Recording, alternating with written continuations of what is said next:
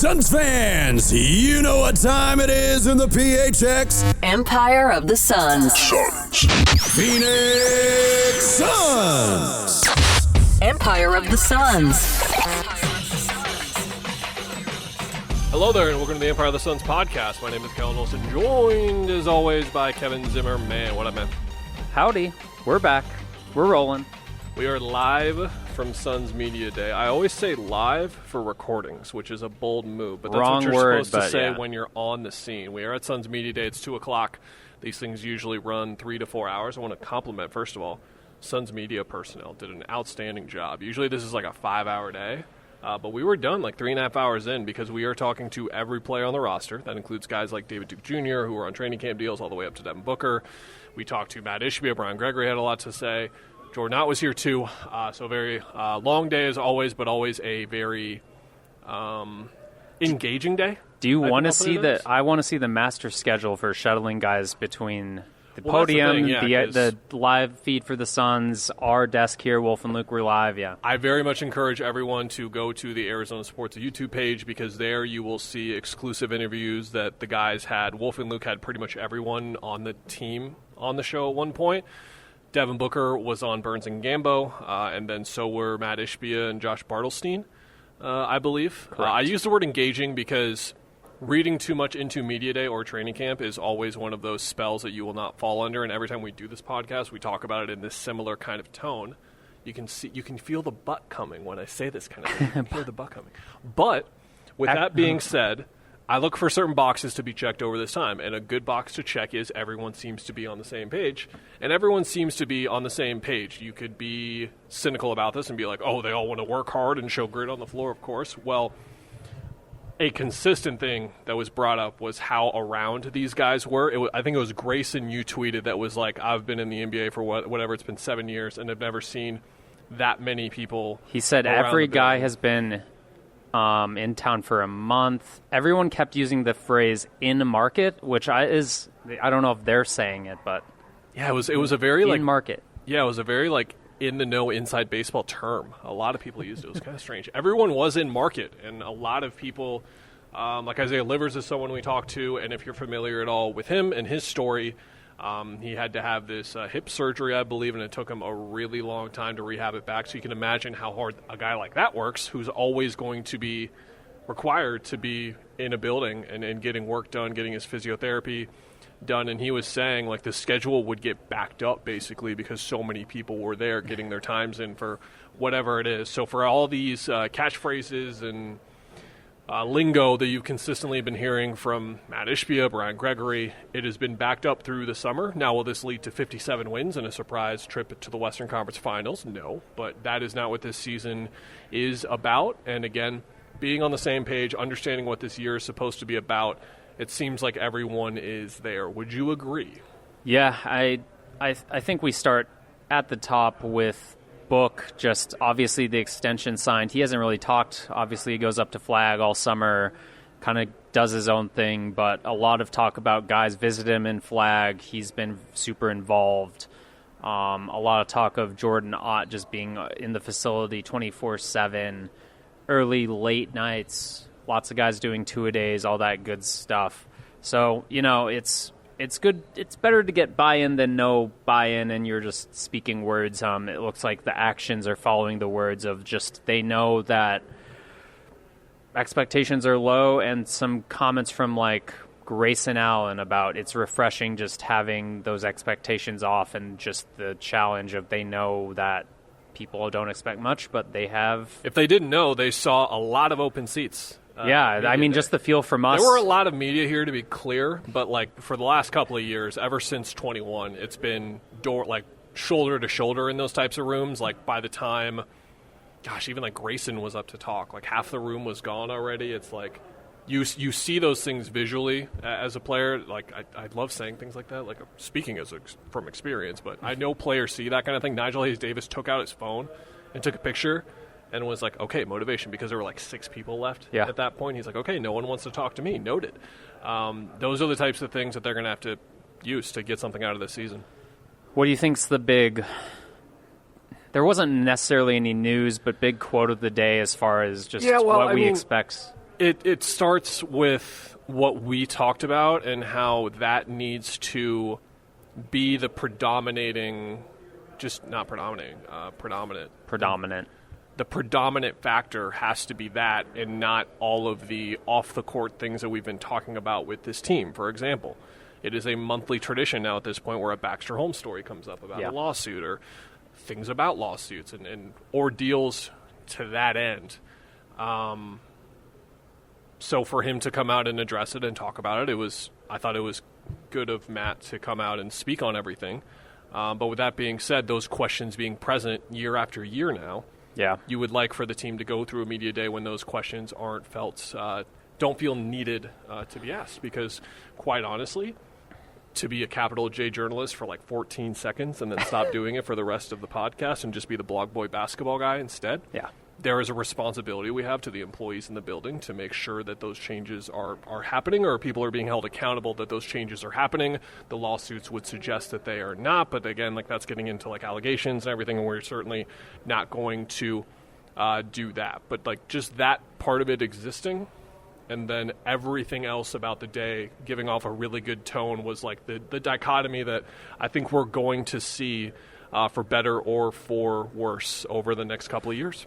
The interesting part about just kind of connecting the past to now from Book, even Colin Gillespie was asked, like, they don't know why it didn't work. I think it was Book who actually said, like, it wasn't anything personal, with the guys who aren't here anymore. It was just it didn't work out on the court for whatever reason. Colin paused for like 6 seconds, and he was like, I don't know, man. And I was like, Colin, I've never felt more related. Yeah. Relatable. On paper, it looked good, all that stuff. Book, I think he's taking it personally.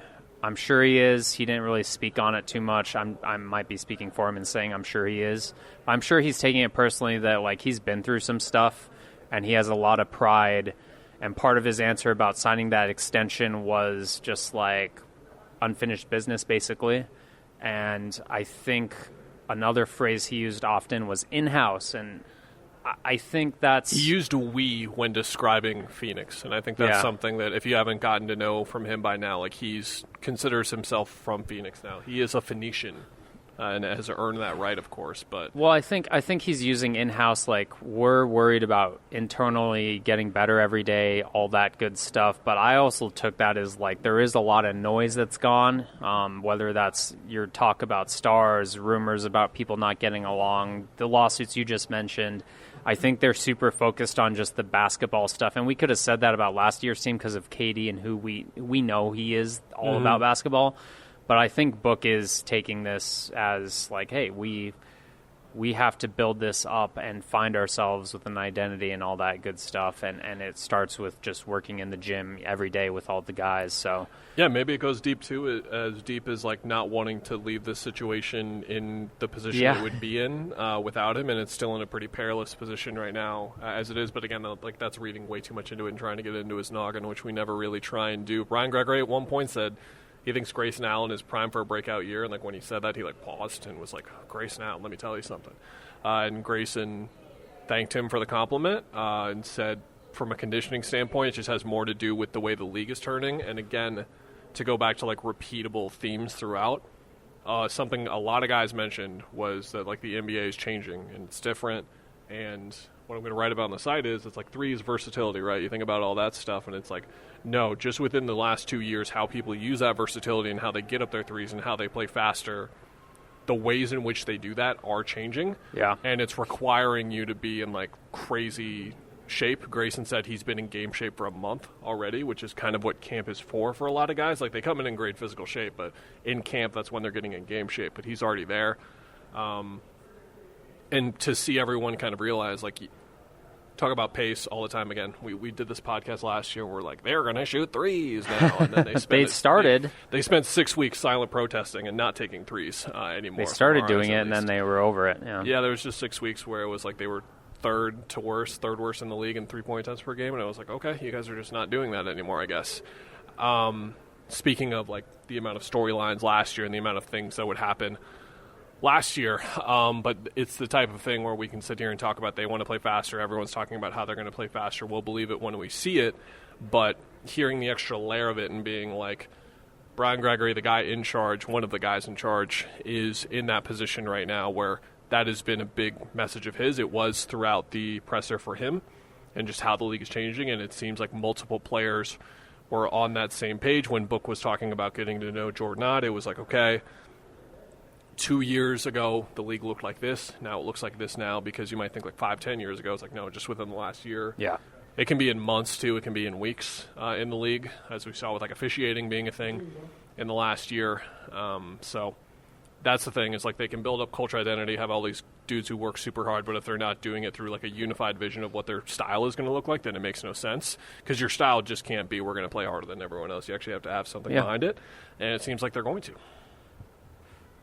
We did get a sense, obviously, there aren't formal things going on with like scheme, roles being assigned. That's all to be fought out, and I think for good reason that we aren't giving, hey, you're going to play 30 minutes a game to even Ryan Dunn, who should, because I think they have to carve out roles through camp. But one thing, as far as basketball things that I heard that kind of stood out, was Dylan Brooks talking about just he thinks his offensive role is going to be more, he said, dribble handoffs, initiating screen and roll stuff. That's kind of we assumed, but that kind of goes into, I think they're going to have to play small. He's going to have to play some 4. He's going to be more involved in that scenario compared to probably his Houston role. Beyond that, not a whole lot of basketball stuff, again, because it's so early and they haven't talked about it, but anything stand out as far as, hey, this is a guy who has a new role, or he might do this more or do this less. Anything else there? Just how they're going to use the centers. We heard from all of them, but it's like, okay, one of the strengths of this team is how deep they are at center, but what does that actually mean? How much of their offense is utilizing it? Jalen Green said he's never really played with a lob threat before, and that's what Mark Williams is going to be. I think Book's got to go back to Tyson Chandler probably, and that was Tyson in his later years.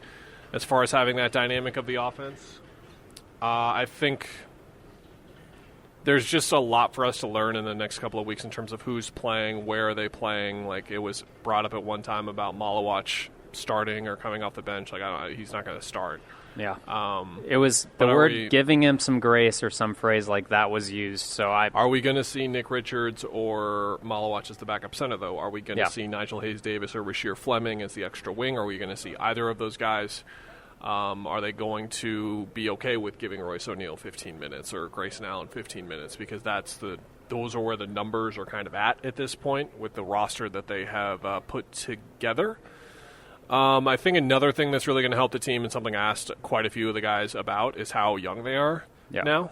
Because you could start this thing over, and it could be a weird mix of Trevor Arizas and Ryan Andersons, where it's just like this like miscast, like just guy who gets lots of money to do veteran stuff, but it's not going to work because amalgamation is that's the a good word that I will use there of all this stuff. So I think they're in a position now where a lot of that youthful exuberance will be a benefit to them. I saw Book was on TV joking about how like the amount of Shirley Temples that have been ordered lately, and I talked to Ryan about it, how you look at where they were at last year and how those guys were like, people saw clips of Ryan messing with Kevin in the locker room while he was answering something, and they were like, this is so great to see, and it's just going to be a lot more of that, and you need that. Like, you need... They need it on the court, bouncy youth, too. Yeah, and then also, like, Malawach might be the most, like, preeminent, not too high, not too low person. I don't know him at all. But it seems like from everything everyone says and what he says, it's like he's just the same guy with the spirit that he has every day. And they're going to need a lot of that because the biggest roadblock in front of them is that, again, everything can be lined up the way it's supposed to be. Everything can, stylistically, identity-wise, can be in great shape. But when you lose 9 of 12, are you still going to be in that spot? Because they're going to have a stretch where they lose a whole lot of basketball games, and it's like, okay, are you going to lose what you had built up to at that point?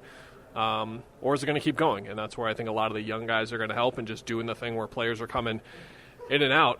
I don't even know who the veterans are on the team right now. I guess it's Book is one. I guess Royce and Grayson are the others. Dylan Brooks to an extent, but there's not many of those guys around on the team anymore. And I think that's ultimately a good thing. Not to say it was one of the reasons why the team didn't work last year, but it's the type of roster that they need to have on the court, developmental wise as well, but like the culture they're trying to do too.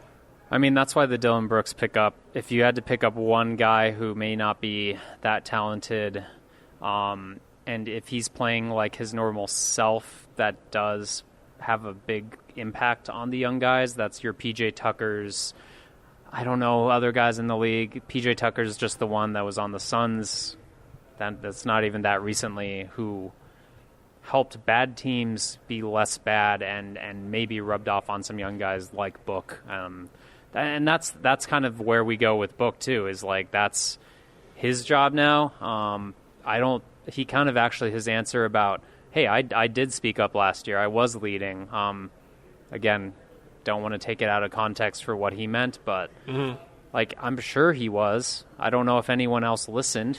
I don't know who listened, if it was impactful, but I think he is in this spot where he's comfortable in his own skin and can take all those lessons he learned and be, a different person compared to where he was even in 2021. He's older now. Like that's where he is at. Hi, Amanda Flugrad. Great to see you, pal. Hello. I'll do that in a live recording, man. I don't care. Yeah, apparently. I want to say hi to Amanda. Well, it's not live. I don't feel this pressure. I guess it is live still. To be treated like I'm on camera and live and recording. Amanda Flugrad's the greatest. Most fun quotes before we go. Yeah. We learned that Kaman Malowich goes by Man because someone referred to him as Man. I was like, who are you talking about? I Googled. It's known from Duke, but... It's from his Duke days, and basically the story that he referred to us is... What I took is that what are like the most common things you'll say on a basketball court? Like, let's go. Come on. And his name is pronounced come on.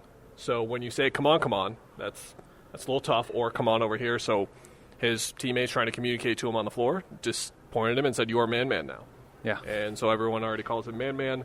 Nigel Hayes-Davis was awesome. Can't wait to talk to him throughout the season. He spoke on his Team USA time. If you're not familiar, he was one of those extra practice bodies, essentially. Called it the greatest 3 weeks of his life. Said the biggest thing that he learned, he could have mentioned Steph Curry, Kevin Durant, or LeBron James. But he mentioned Anthony Edwards, who is 6 years younger than him, and said the biggest thing he learned was the delusional confidence that Ant has and how that can be an asset. And that's something I've talked about on the pod a ton, where, like, is Jordan Clarkson a great winning player, all this kind of stuff. I just know that Jordan Clarkson's always confident when he's on the floor, and that's a huge asset. And something like that was experienced, for sure. Anything else? No, I think that would be the most entertaining interview of today was Nigel. He also said he was kind of a fly on the wall, kind of annoying the actual Team USA stars, and he said he was asking them, hey, do you wake up with an alarm in the morning? Do you... what was it? Oh, what color was your alarm when you woke up to the alarm in the morning? He was asking guys everything. If you see those social clips, that's very good, and I'm sure he's going to be a fan favorite coming out of this media day and beyond. But, other than that, nothing? Anything? Yeah, that's it. That's it. I don't know when we'll be back. People are used to me saying that at the end of the episode, but we've got a preseason game in California next week, and then the team leaves for China at some point. I'll be at a wedding anyway, so I'll be watching the games later. We'll probably be back in 2 weeks' time, I would say, post-China, because there's one more preseason game there, so probably a preseason wrap-up of sorts, if any breaking news kind of happens as we wait. No more Jonathan Kuminga notifications until he signs or gets traded. I've seen. If I read one more story about how he's not talking and the Warriors are not, we know. It's enough. We know. Just tell us when they are. Tell us when there's something new. Yeah. Do we wave goodbye now? Goodbye. Look Bye, at our Jeremy. nice new desk. Bye.